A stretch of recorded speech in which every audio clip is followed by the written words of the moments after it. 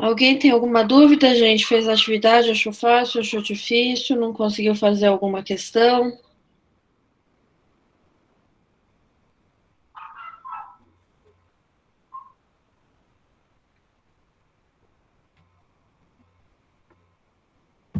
Eu estou falando que eu não sei se eles estão aí atrás dessa câmera. Eles só não falam mesmo, estão respondendo tudo no chat, as salas. Ai, gente do céu. Só falta sala, achei. Ainda nem olhou, Matheus Gonçalves. Tá bom, gente, vocês não vão falar comigo, eu falo com vocês. Vamos ver a atividade então. Kaique, que entrou agora, acho. Coloca essa sala aí no chat, por favor. João Soares, quem é você?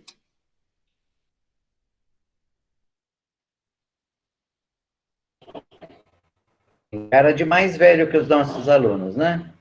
Não está entrando com perfil de aluno. Quem é que está aí, João Soares? Nesse perfil, João Soares de Mello.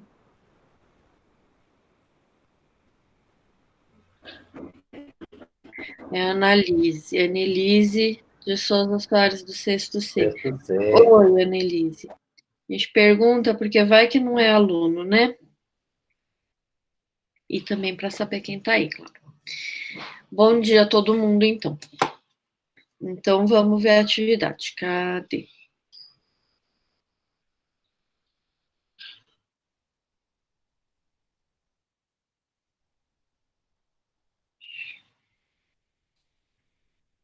Seguinte, a gente falou algumas semanas lá das aldeias, dos quilombos, dos assentamentos, para explicar o que era cada um. Alguém lembra o que é assentamento para me falar?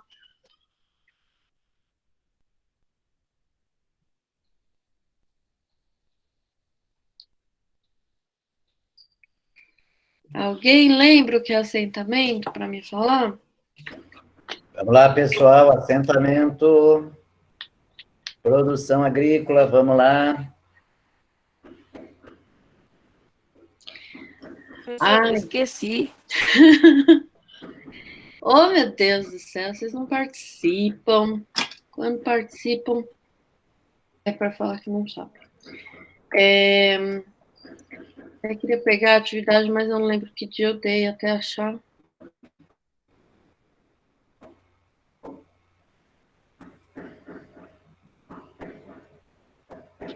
Foi essa atividade aqui. Isso. E aí, nos assentamentos, aqui, ó, o professor deixou uma imagem para vocês e falou que é um conjunto de unidades agrícolas independentes entre si, instaladas pelo INCRA, num lugar que antes havia um imóvel rural que pertencia a um único proprietário. O que isso quer dizer? Quer dizer que você tinha um latifúndio, quer dizer, uma terra muito grande de uma pessoa só, e aí o INCRA foi lá e dividiu essa terra para distribuir entre vários produtores rurais, várias pessoas, várias famílias que iriam fazer, que vão produzir produtos agrícolas, vão plantar, tal, nesses loteamentos, né? Então, se pensar aqui nessa fotografia, eu estou mostrando com a mão, a louca.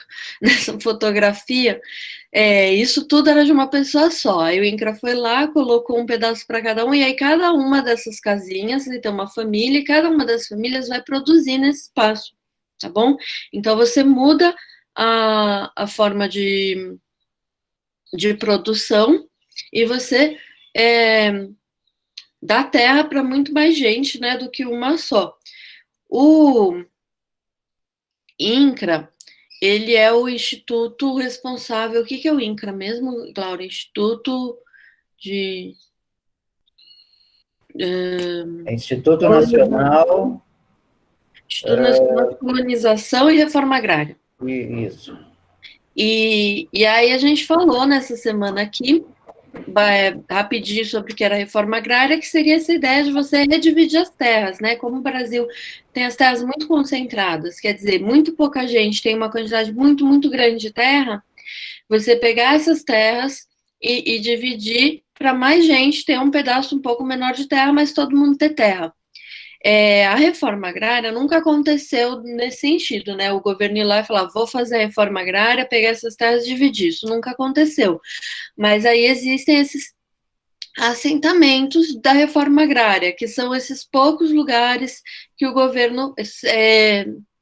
Não é que são poucos lugares, mas é que o governo fez aí separadamente esses assentamentos.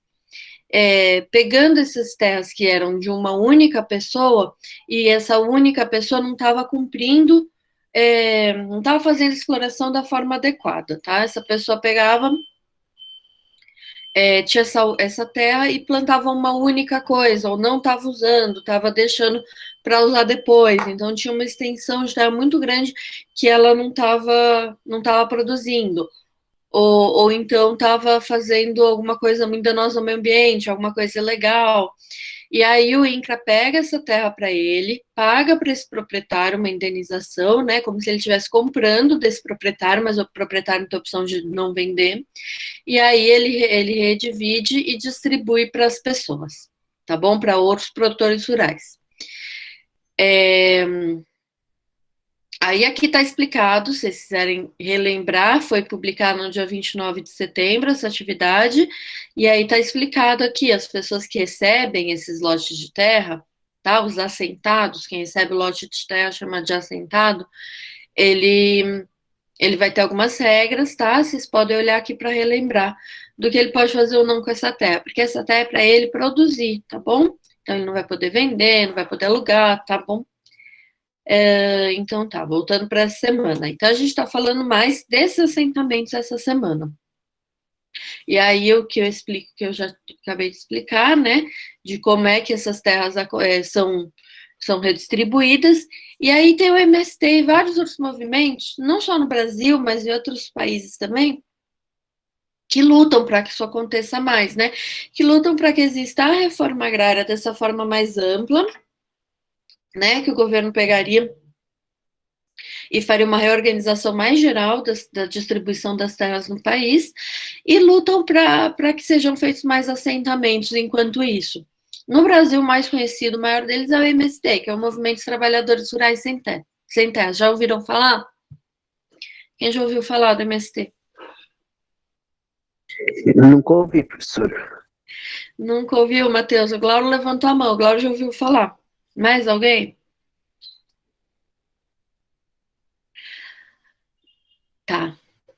Se vocês ouviram falar e não estão me respondendo, vocês devem ter visto na TV, né? Notícia, sempre sai a notícia, o MST está invadindo uma terra, o MST fez uma invasão na propriedade, não sei o quê. Existe muito essa disputa por como essa história vai ser contada, né? Então as pessoas que são contrárias ao MST falam invasão, e as pessoas que são a favor do MST falam ocupação. O MST ocupou uma terra, o MST invadiu. Qual é a diferença desses termos, né? Quando você ocupa um lugar, é como você tem direito, né? Se a gente está na escola, a gente está ocupando aquela escola, tá bom? E se você está invadindo um lugar, você está fazendo uma coisa errada, né? Você está invadindo um lugar, se vocês entram na sala da diretora, se ela chamasse, estão invadindo a sala da diretora, vocês não podem estar lá. Talvez devessem poder, mas não podem estar lá. Então, vocês estão fazendo uma invasão. E aí, quando você fala invadiu, você já tá falando, já está dando a entender que você é contrário àquela ação. E o MST se coloca como ocupando. E por que ele está ocupando, não está invadindo? Porque essas terras deveriam ser de produtores rurais, e são terras que estão improdutivas, né? Então, se tem um dono de uma terra, ele é dono lá no papel, mas ele não está usando aquela terra, chegam produtores rurais que querem terra para produzir, deviam ter, né? Pela Constituição, aquela terra deveria ser distribuída para produtores rurais, então eles têm direito àquele lugar, por isso eles dizem que estão ocupando, tá? está na Constituição quer dizer que, por lei, essas terras deviam ser redistribuídas, né? Pela lei do Brasil, está determinado que se a terra não está cumprindo a sua função, se não está produzindo, se está tendo práticas danosas ao meio ambiente, ela devia ser redistribuída. O Glauro quer falar, pode falar, Glauro. Pessoal, só lembrando que na Constituição brasileira, aí no texto fala de função social. A função social que cada um de nós, e os imóveis, as pessoas, as coisas, tudo tem uma função. E essa função tem que ser respeitada. Por exemplo, eu tenho um apartamento e eu abandono ele lá, eu deixo ele lá, eu não estou ocupando, não alugo, não empresto.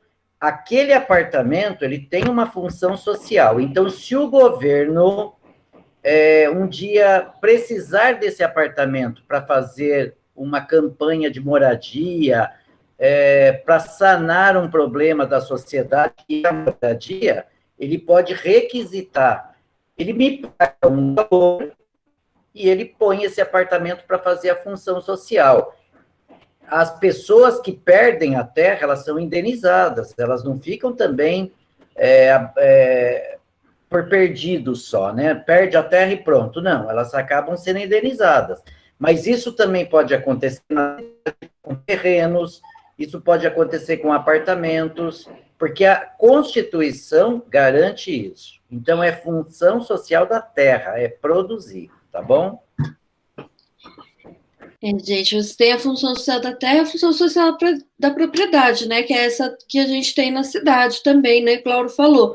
Não só o governo pode, como ele devia, né? Como está previsto na nossa Constituição, na nossa lei, todos esses prédios que estão abandonados aí, em vários lugares, eles deveriam ser comprados pelo governo, né? Dando a indenização para os proprietários e distribuídos para as pessoas que não têm moradia. Então, que nem a gente tem o MST no campo, a gente tem movimentos na cidade por moradia, que vão também ter essa coisa do invadir e ocupar, e aí vão ocupar esses prédios abandonados para pedir que eles sejam transformados em moradia social, tá bom?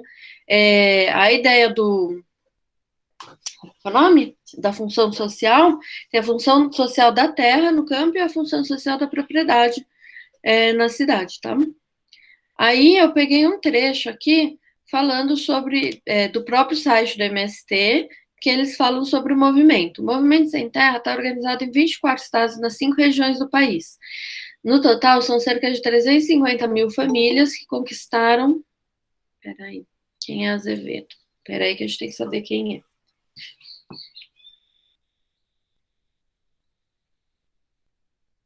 Pessoa que entrou agora com o nome de Azevedo, quem é você?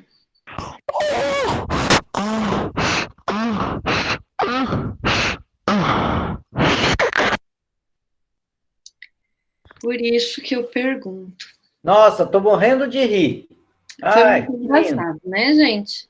Engraçadíssimo. Trouxa. Quem passou o link para o colega, muito obrigada. Foi muito engraçado. Foi. Nossa, colaborou muito, viu? Obrigado. Seguindo. O Movimento Sem Terra, tá. No total, são cerca de 350 mil famílias que conquistaram a terra por meio da luta e da organização dos trabalhadores rurais. Mesmo depois de assentadas, essas famílias permanecem organizadas no MST, pois a conquista da terra é apenas o primeiro passo para a realização da reforma agrária. Então, quer dizer, depois elas vão lá, lutam pela terra, depois que elas estão no assentamento, elas continuam na organização, porque existem outras coisas, né, que a gente precisa organizar, a gente precisa ter não só terra para produzir, mas a gente precisa ter condições para produzir, a gente precisa também que outros assentamentos sejam feitos, mas enfim. Os latifúndios apropriados para assentamentos normalmente possuem poucas benfeitorias e infraestrutura, como saneamento, energia elétrica, acesso à cultura e lazer. Por isso, as famílias assentadas seguem organizadas e realizam novas lutas para conquistar esses direitos básicos. Você precisa de condição para produzir, você precisa de infraestrutura, você precisa de estrada para poder levar a sua produção para outros lugares, você precisa de energia elétrica, tá bom? Então, você se mantém organizado. Aí, falo que a produção é diferente, né, da produção dos latifúndios, o agronegócio, quem faz aquela produção em terras muito grandes e tal, geralmente faz para produzir e usa muito agrotóxico. A produção familiar e a produção realizada em assentamento é a produção familiar, ela geralmente é mais saudável, porque ela usa menos agrotóxicos, e ela é melhor para o meio ambiente, tá? Porque não vai usar só monocultura, quer dizer, você produz sempre a mesma coisa, é monocultura. E essa mesma coisa vai sempre pegar os mesmos nutrientes do solo, e isso vai deixar o solo pior, vai empobrecer. A produção familiar tem uma produção mais variada, então ela é melhor para o meio ambiente, por isso, além da questão dos agrotóxicos, que são ruins para as pessoas, né, para a saúde de quem consome e para o meio ambiente. E aí, um exemplo de uma produção importante que é realizada nos assentamentos do MST é o arroz orgânico. O orgânico é o que não usa nenhum agrotóxico, tá? O arroz orgânico, o MST é o maior produtor de arroz orgânico da América Latina. E aí, esse ano, isso é mais importante ainda, né? Pensando no aumento que a gente teve aí no arroz, está super caro. Por quê? Porque com o dólar alto, vale mais a pena para os produtores, aqueles lá que vendem, que fazem para exportar em grande terra e que faz só arroz. Esse cara vendeu arroz para fora, vai valer mais a pena ainda do que antes, porque com o dólar caro as pessoas vão pagar mais no arroz, porque você vai vender em dólar, e aí quando você transforma aquilo em real, vai ser mais dinheiro para você. Então, essas pessoas começaram a exportar mais ainda, faltando arroz no Brasil. Aí, quando falta alguma coisa, você pode aumentar o preço. Essa é a lógica, tá?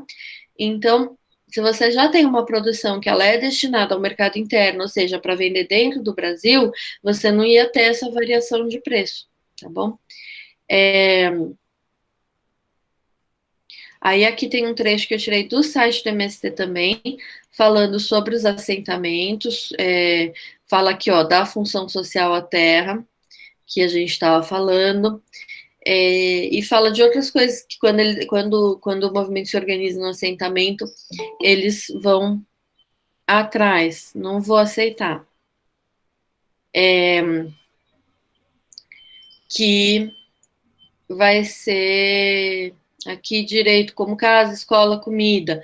Se vocês algum dia tiverem a oportunidade de conhecer um assentamento do MST, sei lá, foi viajar com a família para uma cidade aqui do interior, sabe que tem um assentamento lá, vai visitar, vai conversar, e vocês vão ver que eles têm toda uma organização social para ter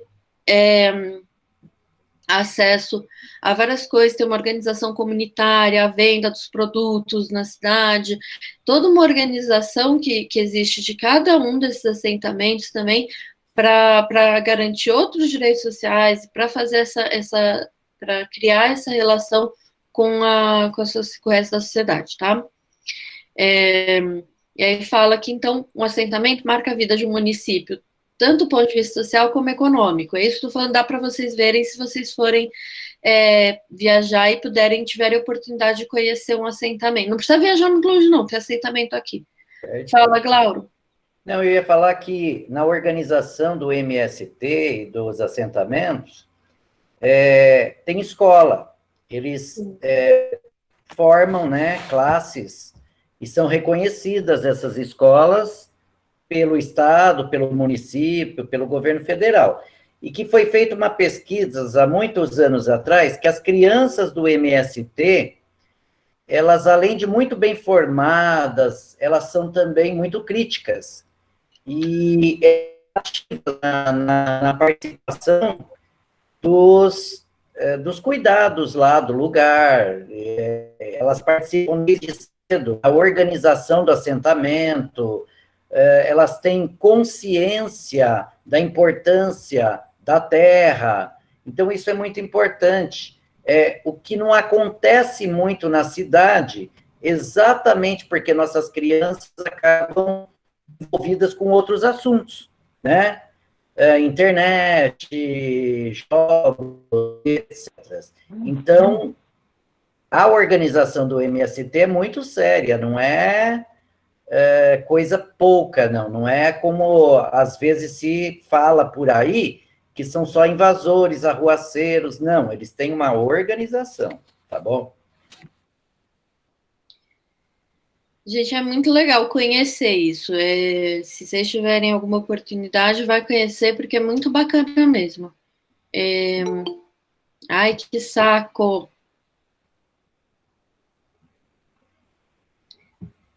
Depois de um período, constrói a casa, conquistou a escola, começa a produzir. A produção garante o abastecimento de alimento aos moradores das pequenas cidades e gera renda às famílias assentadas. Ou seja, essa produção vai ser sempre para o Brasil, né? Para o local. Não vai ser para exportação. A principal bandeira dessa luta é a reforma agrária, que é aquilo que a gente estava falando, né? Principalmente a redistribuição das terras, né? Reorganização da propriedade de terra no Brasil, diminuindo a concentração das terras e garantir os recursos para os pequenos produtores. E aí aqui tem algumas pessoas, isso já, estão de máscara, né? Já esse ano, já na quarentena, os produtores do MST distribuem alimentos saudáveis em todo o país, em lançamento ao plano emergencial pela reforma agrária. E aí está aqui a campanha Fique em Casa, que nós assentados da reforma agrária, continuamos a produzir alimentos saudáveis para a sua família.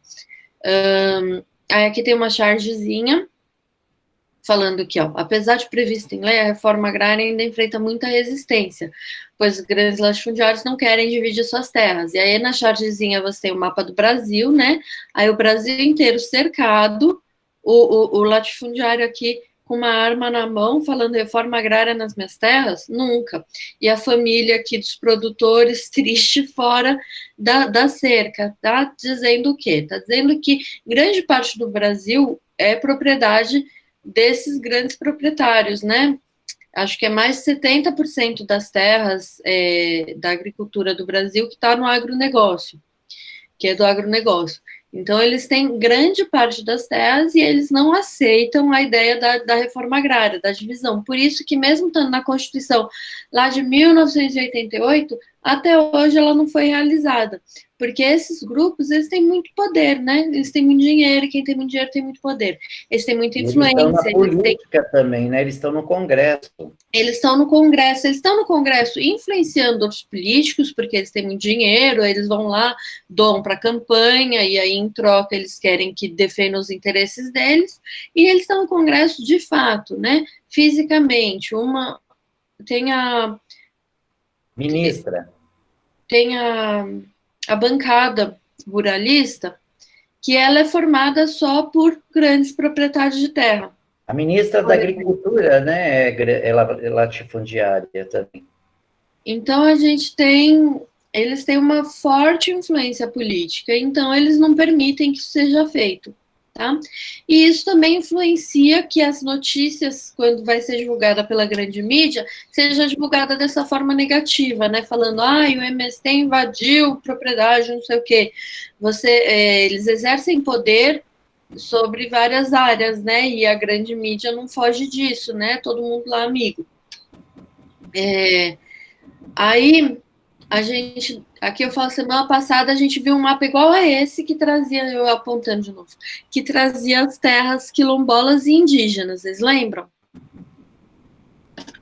Lembro, professor. Eu lembro, professor. Obrigada, coração.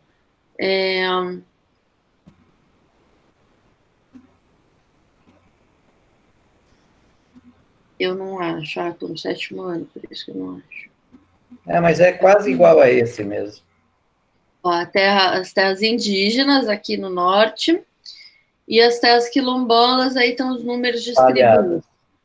Esse mapa traz os assentamentos, tá? Então, os assentamentos, você vê que tem os grandes aqui, esses todos maiores aqui na região norte também, e os pequenininhos todos pelo Brasil, tá bom? Professora. Oi. Amanhã vai ter aula online? Não. É hoje. Só de hoje. Certo. Tchau, obrigado. Nada. Então, você tem um monte de assentamento pequenininho, que a gente olhando no mapa aqui, aparece só uns pontinhos pelo Brasil inteiro. e esses assentamentos aqui na região norte, tá? E aí aqui tem, ó, a área que esses assentamentos ocupam em hectare, o número de assentamentos, 9.300, sei lá quantos assentamentos, e o quanto eles ocupam em área do Brasil, tá? Aí a gente vai para as perguntas. Qual a porcentagem da área do país ocupada por assentamentos? A gente acabou de ver no mapa, né? O mapa traz essas informações aqui, inclusive a porcentagem da área do país que é ocupada pelos assentamentos. Analisando o mapa, explique por que a porção norte do Brasil possui uma quantidade maior de assentamentos em relação ao restante do país. Por quê? Por que eu não posso fazer um assentamento que nem esse aqui em São Paulo? Pois é. Por que eu não consigo pegar esse assentamento aqui e fazer ele no Rio de Janeiro? Alguém me responde?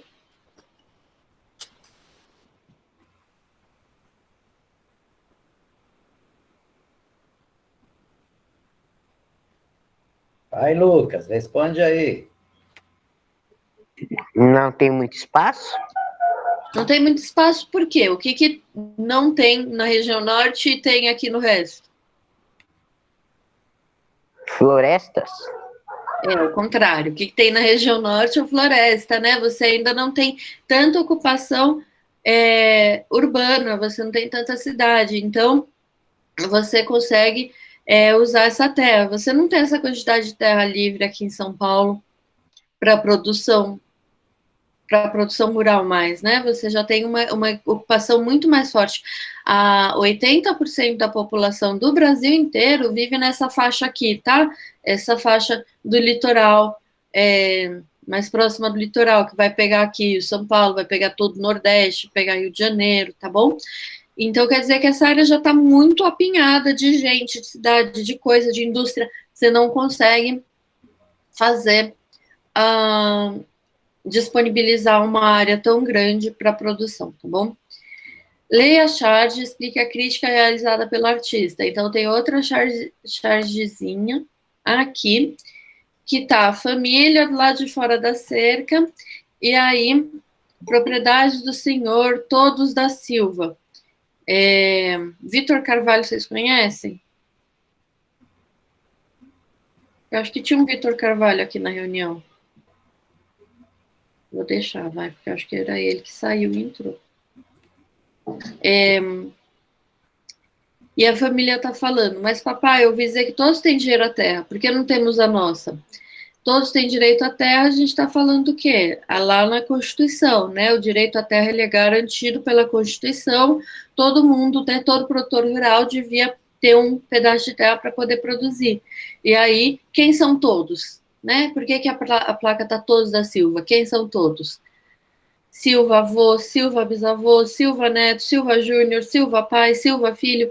Quer dizer, a gente tem essa concentração de terra há muito tempo no Brasil, né? A gente já falou disso. Ela começou lá na colonização, quando os portugueses chegaram, eles dividiram a terra entre os colonizadores que iam explorar cada partezinha do Brasil, tá bom? E desde então isso está sendo reproduzido até os dias de hoje. A gente vai ter as mesmas famílias donas de terra no Brasil, tá bom? Aí vocês explicam isso com as palavras de vocês, né? O que vocês entendem desse assunto que está sendo o que o artista está falando na charge, tá? Qual é a crítica que ele está fazendo? Qual é a graça dessa charge, tá bom? E aí, na quarta questão, outro mapa que vai juntar todas as informações que a gente viu e mais algumas.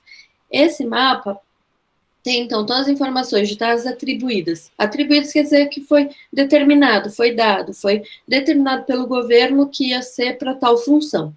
Então, foi atribuída para a unidade de conservação, que são as áreas que vão ser protegidas, você não pode produzir nelas, você não pode explorar economicamente aquelas terras, que elas são para conservar a natureza, conservar aquela floresta ou que estiver lá. Terras indígenas, comunidades quilombolas e assentamento de reforma agrária, que foi tudo que a gente viu nessas últimas semanas, e áreas militares, que são atribuídas aí para as atividades militares. E respondo as questões a seguir. O Vitor veio falar essa hora que ele estava assistindo Naruto. Muito obrigada, Vitor. Você vai pegar os últimos 3 minutos de aula. Então, em verde, estão as unidades de conservação, tá? Que são essas áreas que a gente está protegendo a floresta, protegendo o meio ambiente, não pode fazer nada nelas. Em laranja estão as terras indígenas, tá? Que vão ser as mesmas que a gente viu. Ó, essa terra indígena aqui, essa aqui. Então, esse mapa vai trazer as mesmas terras que estão nesse mapa que a gente viu na semana passada, tá? Das terras indígenas, só que em laranja. Em rosinha são as terras quilombolas, que a gente sabe onde elas estão aqui por estado, mas não sabe onde elas estão o território delas mesmo. Aqui não dá para enxergar muito, né, porque elas são pequenininhas, mas se vocês olharem, aqui embaixo tem os links, vocês abrirem o link, vocês conseguem aproximar, tá, desse mapa e ver, ó, aqui dá para ver que tem um rosinha, aqui dá para ver que tem um rosinha, tá bom? Que são os quilombos, as terras quilombolas. E em vermelho estão os assentamentos rurais que a gente viu hoje, então, de novo, ó, os assentamentos rurais aqui. Aí tem essa faixa aqui de assentamento rural. Aí eles estão aqui, tá bom? Os assentamentos rurais. Em cinza, as áreas militares, que dá para ver uma grandona. E é isso. As perguntas. Qual a porcentagem da área do país é dedicada a terras atribuídas? Terras atribuídas, então, a qualquer uma dessas coisas. Olha aqui, tá bom? Aqui vai ter a quantidade de áreas, o número de territórios, né? O espaço que eles ocupam, a extensão deles aí, a área ocupada por eles em hectare e a porcentagem, né, a quantidade do Brasil, total do Brasil é 100%, né, então esse mapa aqui é 100%, quanto da área desse mapa está ocupada por essas terras atribuídas, tá? Quais são os principais usos dessas terras atribuídas? Então, você tem 1, 2, 3, 4, 5 usos aqui nesse mapa. Quais são os principais? O que você olha e já vê? Você vê o laranja, então vê aqui, o que é a laranja? Até indígena. Você vê o verde, você vê verde. Então, você vai pegar quais deles são os que mais são mais tem terras aqui ocupadas desses 5, quais são os 2 ou 3 que mais aparecem, tá bom? E qual região do país tem mais áreas de unidade de conservação? Porque aí, de novo, a gente vê a unidade de conservação aqui, ó, no verdinho, aqui em São Paulo, vai ser a unidade de conservação da Mata Atlântica. Aí você tem unidade de conservação aqui em cima também, você tem aqui no Nordeste, mas onde está a maioria? Também está na região Norte. E aí, por quê? O motivo também é parecido, tá bom? Então, acho que é isso. Alguma dúvida? Todo mundo entendeu? Alguma dificuldade? Alguma coisa que eu falei rápido demais? Alguma coisa que vocês querem que repita? Professora, todas as nossas aulas vai ser toda quinta? Não, vai misturar, na verdade. Deixa eu explicar rapidinho. Quem está perguntando? O Kaique? Eu, O Kaique, e para todos. Essa semana, por exemplo, a prefeitura, nós teríamos uma parada, que é um ponto facultativo do Dia do Funcionário Público, que seria quarta-feira, no meio da semana. A prefeitura decidiu jogar esse ponto facultativo, que é a espécie de um feriado, para sexta-feira, que é amanhã. Então, a gente decidiu trazer a aula para quinta-feira por causa do ponto facultativo acontecer na sexta-feira, que é amanhã. Temos eleição. Eleição acontece dia 15 de novembro. Então, a professora Núbia e a professora Thaís vai trabalhar?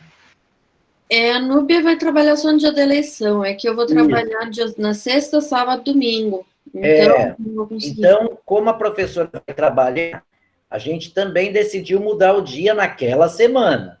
Mas nas outras semanas... Então, vai ser bem misturado, porque a gente só tem mais 4 aulas. Então, semana que vem vai ser sexta, na outra vai ser quinta, na outra vai ser sexta, na outra vai ser quinta. Que tem eleição de novo. Então, fica de olho, que eu vou avisar. Quando eu publico a atividade na terça-feira, eu vou avisar a data, e aí Vocês ficam de olho também, né? A gente avisa no mural, a gente avisa no zap, tá bom? Mas semana que vem é sexta. É sexta. Volta para o normal. Ah, Tá bom? Mais alguma coisa, gente? é isso mesmo. Não. Pessoal, Não? prestem bastante atenção para fazer atividade. Tem gente respondendo coisa que não tem muito a ver com a pergunta.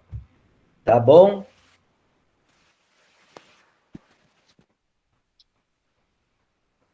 Então tá, gente. Então até semana que vem. Bom fim de semana. Aproveitem o ponto facultativo que é amanhã. Entrou a Ana Júlia. Se a gente tivesse em aula presencial, amanhã não teria aula, entendeu? Uhum. Mas. Enfim. Então tá bom, gente. Beijos. Até É. semana que vem. Até.